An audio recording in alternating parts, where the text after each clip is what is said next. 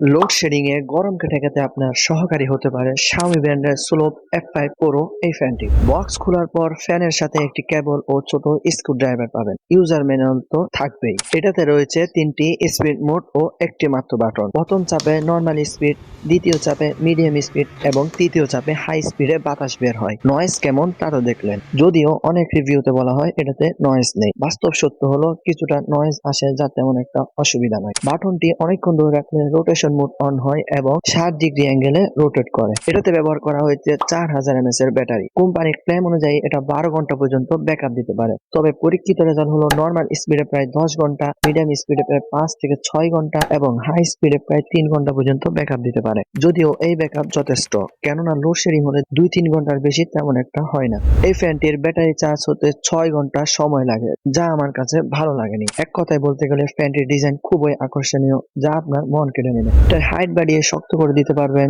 যেন আবার নিচে নেমে না যায়, এবং ফ্যানটির নিচে 4টি রাবার গ্রিপ আছে যার মাধ্যমে সহজে স্ট্যান্ড করা যায়। পিছনে রয়েছে একটি টাইপ সি পোর্ট যার মাধ্যমে আপনি চার্জ দিতে পারবেন। আপনার অফিসের ডেস্কটপ ফ্যান হিসেবে নিতে পারেন অথবা আপনার ছোট বাচ্চার জন্য নিতে পারেন। বাজেটের মধ্যে এটি একটি সেরা ফ্যান হতে পারে আপনার জন্য। লিংক কমেন্টে দিয়ে রেখেছি, চাইলে আপনিও নিতে পারেন।